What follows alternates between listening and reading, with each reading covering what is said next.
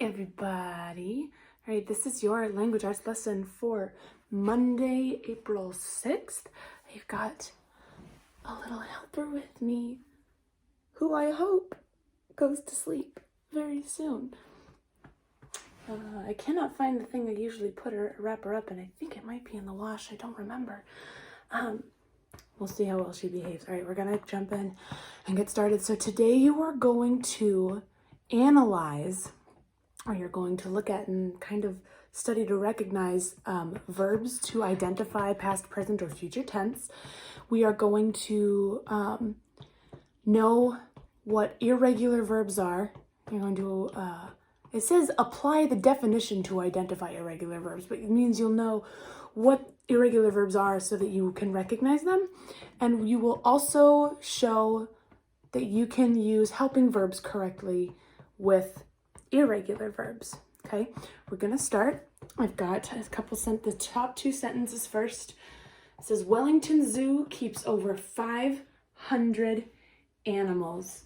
We are going to separate the subject from the predicate parts of the sentence. Okay, separate the subject part from the predicate part. Wellington Zoo keeps over 500 animals. Quit dropping your binky, kid.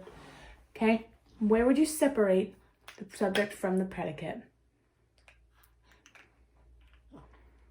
Okay, Wellington Zoo keeps. That's where you would separate that. Next, we need to identify the verb. What is happening here? What is the thing that's going on? Keeps. That is your simple predicate. Wellington Zoo keeps over 500 animals. The verb, the action verb, so this is the predicate part. Within the predicate is a verb, which is right here. Keeps over 500 animals. Okay, and finally, what is your subject? What is your subject? Wellington Zoo. Okay, the next one says vets care for sick zoo animals. Where will you separate the subject from the predicate?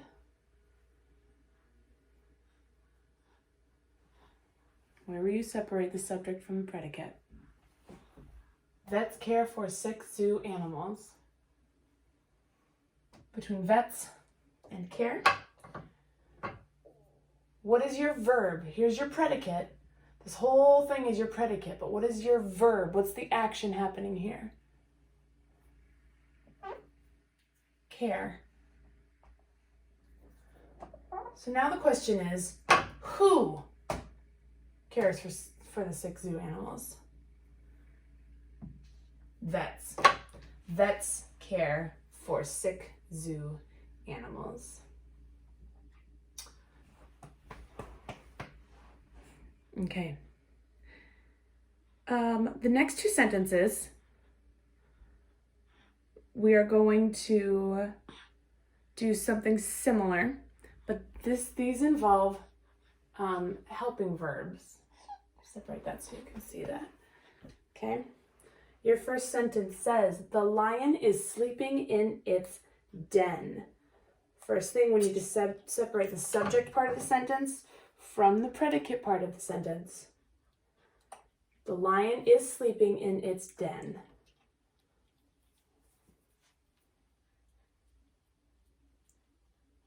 The lion is sleeping in its den.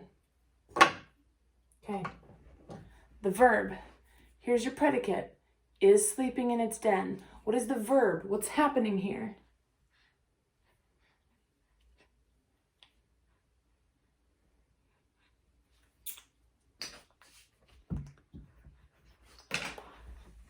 Okay, the verb is sleeping. However, there is a helping verb here that we need to notice. So the lion is sleeping, but we have a helping verb. What is our helping verb? Remember, these are words that you put in front of the verbs to help show the action. Is. And finally, what is the subject? The subject, who is sleeping? Lion, not the lion. Lion is sleeping. Okay? Using this idea, and these 4 things, how would you do this one? I want you to either say it to somebody who's in the room with you, someone who's watching with you, or say it out loud to yourself. I know that might sound silly if you're by yourself. Even aside from this baby, think about it. Even if this baby's not with me, I'm in a room talking to nobody at the moment. So it's okay to say things out loud. Sometimes it even helps you remember or know it better when you say things out loud. So say it out loud. Where do you separate the subject from the predicate?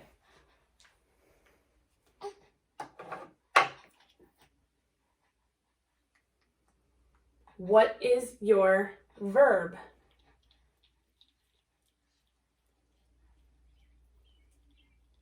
What is your helping verb? What is the subject? Did you say this?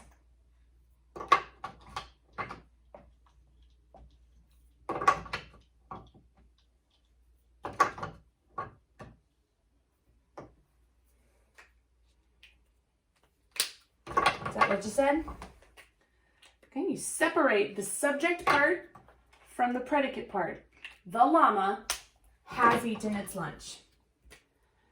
The action verb, the action part is has eaten. Your helping verb is has. And your subject, who or what the sentence is about, was llama. Yes, llama has 2 L's. I don't know if you knew that. Oh no. All right. The last part I have to make, because I did not, if we were at school, I would have had more room on my board to do this ahead of time. But we're going to make lists of past tense verbs. We're going to do present tense verbs. Do you remember what the other tense is? Past, present, and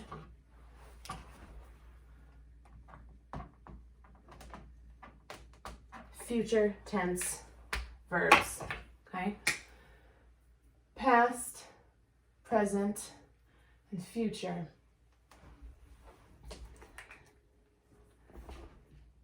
Okay. Let's do, I'm going to write the past tense verbs first.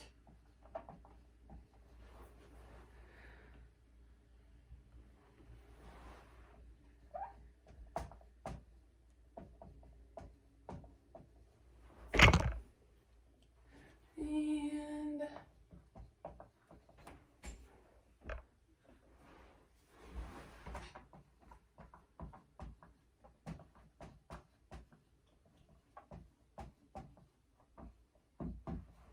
think about this with me.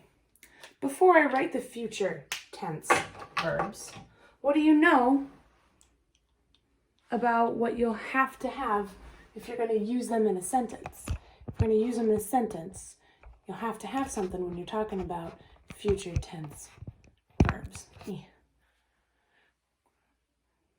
Oh, but you know what? Better yet, instead of doing future, better yet, we'll just focus on this instead.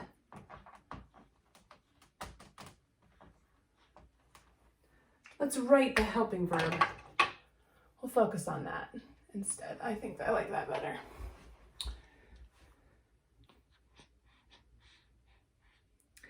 What do you notice about each of these verbs?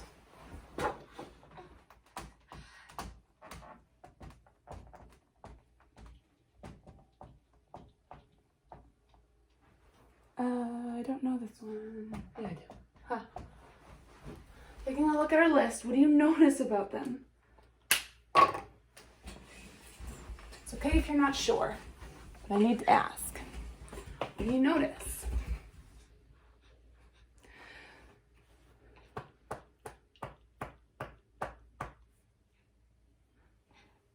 Okay, so these are all,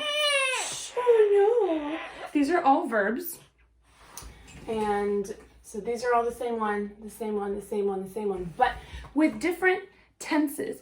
Each of the verbs in this first column right here, these all tell about an action that has already happened. Flowers grew, the wind blew, you knew a person, birds flew. None of these verbs needs a helping verb to tell us about the action. These words don't need a verb to tell us about the action. Look at this second column there.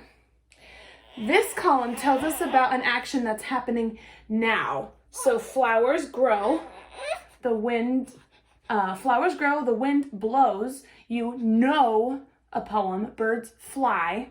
None of these verbs needs a helping verb to tell us about the action either. But the third column there, where it says helping, the third column, we're going to try our sentences with these verbs. If we say flowers grown, the wind blown, you known a person, birds flown. Doesn't really sound right, does it? You need something else. The sentences even just sound wrong to your ears. They sound wrong because these verbs need to have a helping verb to show the action in the sentence, okay? So when we are putting a helping verb before these verbs here, when we're putting a verb before these, we can understand the sentence better. So we would say, the flowers,